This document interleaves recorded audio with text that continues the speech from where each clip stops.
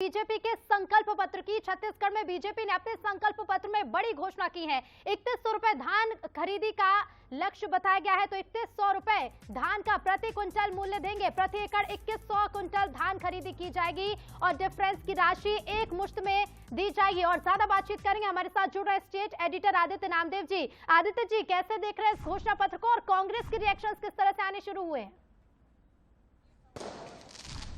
बिल्कुल, देखिए 3100 रुपए घोषणा पत्र में अगर दिया गया तो निश्चित तौर पर ये भारतीय जनता पार्टी के लिए मील का पत्थर साबित होगा, क्योंकि भारतीय जनता पार्टी ने इसको लेकर देखिए काफी समय से तैयारी करके रखी थी। भारतीय जनता पार्टी जब भी बात होती थी कहते थे कि धान और किसान का हमने तोड़ निकाल लिया, और तोड़ अगर निकाल लिया तो ये बड़ा तोड़ है। निश्चित तौर पर मैं कोशिश करूंगा एक बार बातचीत करने की। अरुण साव जी मेरे साथ जुड़ेंगे, क्योंकि देखिए अभी हमने ओम माथुर जी से बात की। ओम माथुर जी का भी कहना है कि भारतीय जनता पार्टी ने बड़ा दाव यहाँ पर खेला है और कहीं ना कहीं सरकार बनाने हम जा रहे हैं और सरकार को सीरियसली लेने की जरूरत नहीं है, ये अमित शाह जी यहाँ पर कह रहे हैं। अरुण साव जी मेरे साथ है जी, किस तरह से पहला रिएक्शन सर?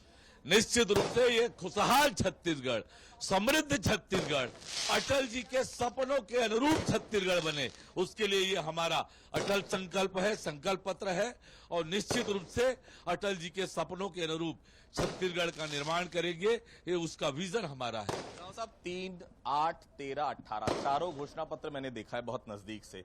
इस बार के घोषणा पत्र में वो सब कुछ है जो अरुण साव चाहते थे, क्योंकि आपको मालूम है धान और किसान ये दो चीजों की धुरी के बीच छत्तीसगढ़ की राजनीति घूमती है। इस बार उस धुरी में भारतीय जनता पार्टी ने अपने आप को फिट कर। देखिए, छत्तीसगढ़ धान का कटोरा है, किसानों का ये प्रदेश है। छत्तीसगढ़ का किसान समृद्ध बने, छत्तीसगढ़ का किसान खुशहाल बने, इसी से छत्तीसगढ़ की खुशहाली और तरक्की है। पर हर वर्ग के लिए, माताओं बहनों के लिए भी, विद्यार्थियों के लिए, युवाओं के लिए और राज्य के अधिकारी कर्मचारी उद्योगपति सबके लिए हमने प्रावधान किया है। सबको लेकर एक एक पॉइंट से हम समझने की कोशिश करते हैं। किसानों के लिए पहला पॉइंट जो महत्वपूर्ण लग रहा है, देखिए, किसानों को 21 क्विंटल धान प्रति एकड़ 3100 रुपए के भाव से खरीदेंगे और किसानों की तरक्की और बेहतरी ये सुनिश्चित करने का काम हम करेंगे। निश्चित रूप से छत्तीसगढ़ के किसान खुशहाल हो, समृद्ध हो। और ये भूपेश बघेल की सरकार की तरह नहीं कि खुद कुछ देना नहीं और थोड़ी राशि देकर उनके साथ अन्याय करना, दोनों हाथ से लूटना, ये भूपेश बघेल ने किया है।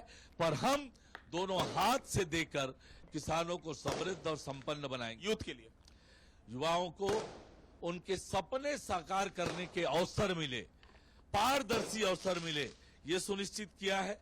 रोजगारों को, युवाओं को नौकरी मिले, ये सुनिश्चित करने का काम किया है। जो उद्योग के क्षेत्र में जाना चाहते हैं उनके लिए प्रावधान किया है।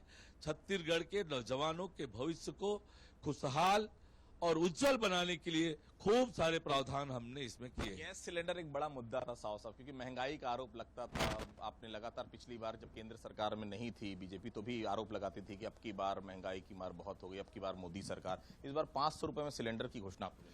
निश्चित रूप से कांग्रेस ने वादा किया था 2018 में 4 सिलेंडर मुफ्त देंगे, वो किया नहीं। हम माताओं बहनों के रसोई का खर्च बजट कम हो और इसके लिए प्रावधान किया है। निश्चित रूप से ये ऐतिहासिक फैसला है। मुख्यमंत्री जी कह रहे हैं कि सिर्फ जुमला है आपका घोषणा पत्र। आप लोगों ने पिछली बार भी वादे किए, कभी पूरे आप लोग कर नहीं पाए। इस बार भी आपकी गारंटी, जिसमें आपने नाम दिया मोदी की गारंटी, वो गारंटी को पब्लिक मानेगी नहीं साहब? भूपेश बघेल 5 साल से केवल जुमलेबाजी कर रहे हैं, छत्तीसगढ़ को लूटने का काम कर रहे हैं। अभी हमारा घोषणा पत्र हमारे कार्यालय से बाहर गया नहीं है, बिना देखे, क्योंकि वो पहले से स्क्रिप्ट रेडी रहा होगा। तो वो झूठ बोल रहे हैं, 5 साल झूठ बोला है, अभी भी उन्होंने झूठ बोलने का काम किया है। इस तरह कितने नंबर दे रहे हैं सरकार को? 65+ का टारगेट मत बताइएगा, पिछली बार आपने दिया था, कांग्रेस ने अचीव कर लिया था। इस बार अरुण साव का टारगेट क्या बोलता है इस घोषणा पत्र के? पूर्ण बहुमत के साथ भारतीय जनता पार्टी की सरकार बनना तय है। राज्य की अन्यायी, अत्याचारी, वादा खिलाफी करने वाली भ्रष्टाचारी सरकार का जाने का समय हो गया है। तो देखिए ये थे हमारे साथ अरुण साहू जी, बहुत साफ तौर पर कहना है कि सरकार के जाने का समय हो गया है। हमने जो पॉइंट्स दिए हैं घोषणा पत्र में, पब्लिक उसमें भरोसा करेगी और बहुमत के साथ भारतीय जनता पार्टी की सरकार 2023 में बिल्कुल आदित्य जी, ये संकल्प पत्र जनता को कितना पसंद आता है और जनता विश्वास किस पर करेगी, भरोसा किस पर करेगी, ये देखना होगा। आप बने रहेगा, बातचीत करते रहेगा।